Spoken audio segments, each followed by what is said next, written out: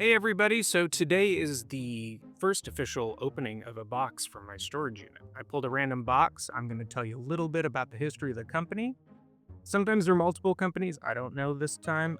We'll see. But I'll give you a little bit of that history, and then I'll also give you some of the history of the licenses of whatever is in there. So we will open our first box. I always use a banker's box because strangely a lot of toys fit really well in them. You can stack them and you will. Oh, okay. So today we will be talking about Legos. The Lego Group's story begins in 1932 in Billund, Denmark, when a carpenter named Olger Christensen started a small business making wooden toys. He named his company Lego, a combination of the Danish words leg godt, meaning play well. In 1947, Lego took a bold step by transitioning from wood to plastic. In 1958, they patented the modern interlocking brick design. Throughout the 20th century, Lego expanded its product lines, including themed sets, minifigures in 1978, and eventually licensing collaborations with Star Wars, Harry Potter, and Marvel, and those are more recent. So, this is the Blacktron Cruiser. The Lego Blacktron Cruiser, set 40580, was released in January 2023 as a nostalgic throwback to the original, and that was set 6894 from 1987. This was back in the old day. When I was a kid, you had the castle set, you had the pirate set, or you might have the space set. I had the 1991 train set. And what was cool about that line is that they made add-on cars. And one of those cars was a double-decker passenger car. It had a little cafe on the top, and then underneath it, it had sleeping quarters. It had two little beds. They also made like a gas tank freight car, so you could just make your train larger. They don't do that now, and I think that that's really a bummer. This re-release was part of Lego's trend of reviving classic sets for adult fans. It was offered as a gift with purchase. You know, you buy $150 worth, they send you something. This was that. So, with the Blacktron Cruiser, we have the Back to the Future DeLorean. When this baby hits 88 miles per hour, you're gonna see some serious shit.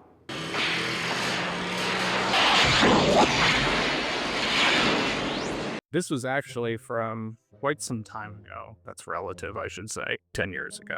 The idea for a Lego Back to the Future set came from the Lego Ideas, formerly Kuso, a platform where fans submit their designs for potential sets. The proposal by two fans gained enough support, and Lego secured the licensing rights from Universal Pictures and Amblin Entertainment, leading to the release of the iconic DeLorean set. And what was cool about this one is it was really small. You could fit like one minifigure in it, you couldn't fit two. But they had the different versions, Back to the Future 1, 2, and 3, the different formation. You could just kind of pop the parts out, customize it. It was kind of like how they have those 3-in-1 kits now, but it was all for the same car. Lego has recently since released a large version of this, kind of like, you know, I have this giant London bus, the new DeLorean, more that scale. So this is nostalgia for me. And then this is the Everyone is Awesome. The Lego Everyone is Awesome set, which is 40516, was released in June 2021 to celebrate diversity and inclusivity. This set features 11 monochrome figures, each in a different color, the rainbow plus black and brown to represent racial diversity. It was released during Pride Month and quickly became a fan favorite. The set marked a significant moment in Lego's effort to support diversity, both within its company culture and its product lines. Designed by Matthew Ashton, Lego's Vice President of Design. Our brand values of fun and creativity and learning and quality and imagination apply to absolutely everybody, and that's why we've created a set like this to say we want to include everybody, no matter how young or old you are, what gender you are. Lego's for everybody, and we just wanted to make sure that everyone around the world knows that. And then we have the Ghostbusters Ecto 1. From the 1984 movie Ghostbusters.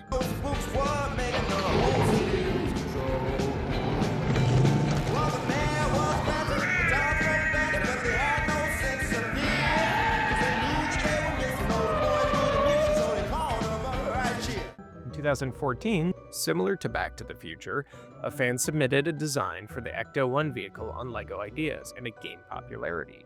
This was a cool kit.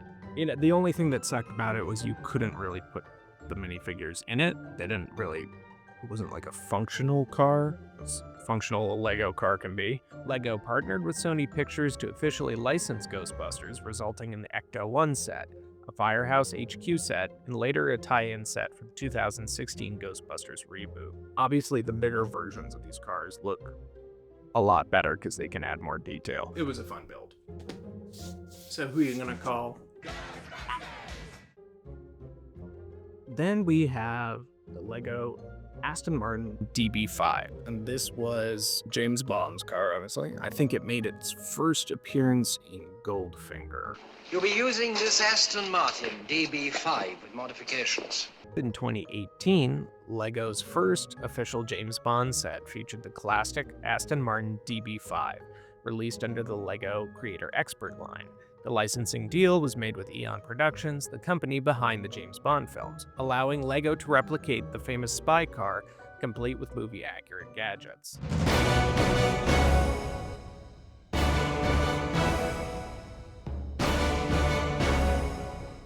That one I got quite a few years ago. This one obviously doesn't have those cooler features like the ejection seat or the guns behind the headlights, but it's still a kind of really cool and fun set to have anyways. I just love the fact that there's a little LEGO person-size James Bond car. And then we have the LEGO Ideas Exosuit. Set 21109 was released in 2014 as part of the LEGO Ideas line. It was based on a fan design by Peter Reed, inspired by classic LEGO space themes. The exosuit featured a highly detailed, articulated mech piloted by a green-suited astronaut, a nod to LEGO's 1980s space sets. It was also marked the first time LEGO officially revived the classic green space minifigure. It's kind of a cool one. Not really connected to any current line, though recently LEGO has started a new space line. And that's it. So thank you for joining me for my first box opening. If you want to stick around, I am going to open something that is related to one of them. Now, it's not an exciting open, but this was the AMC Theaters Ecto-1 for Ghostbusters Afterlife. So I'm going to open this up.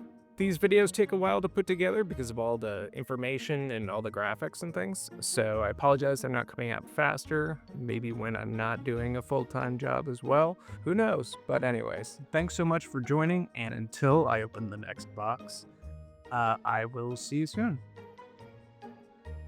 Yeah, I'm going to need a bigger storage unit. So in keeping with the theme of Ghostbusters, since that was one of the kits in the box, we are going to be opening the Ghostbusters Afterlife Popcorn Ecto-1 from AMC Theaters. AMC has done a few of these now, where they make limited edition popcorn boxes. More recently, they did the Ghost Trap for Frozen Empire. They've also done Dom's car from Fast and Furious, as well as Barbie's Corvette. I do have the Corvette. So, as you can see, box is kind of jacked up. This is also a lesson for anybody selling anything on eBay. Please make sure to not just wrap it in brown paper. Collectors tend not to like to get things badly damaged from shipping. Here we go.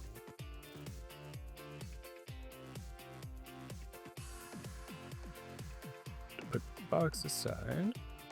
Okay, so we have the Ecto-1 from Ghostbusters Afterlife. It's actually pretty cool. It's very detailed. Just a little protective thing. There's a lot going on here. Like, detail-wise, it's actually quite impressive. The one thing I really don't like about it, though, is that the wheels don't move. Can do that, which is very annoying. We can open it up, and that's where you would put the popcorn. I don't know that I would want to put the popcorn in there, because God only knows, I don't think some of those kernels would ever get out. To be honest, that's not really the point of those things, to put popcorn in it. Oh, and it does something electrical. Oh, that's awesome.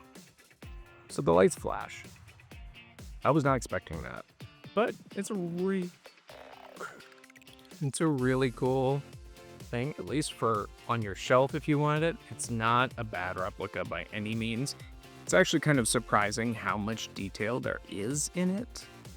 I mean, they're like $35, but you know, you expect everything at a movie theater to be a ripoff. So it's kind of cool that it's not. But it's a cool toy. So the lights are, oh, and the lights turn off. That's great. While it does look like it was kind of streaked with feces, it's a cool car. So that's it for today. Thanks for tuning in, and I'll talk to you next time.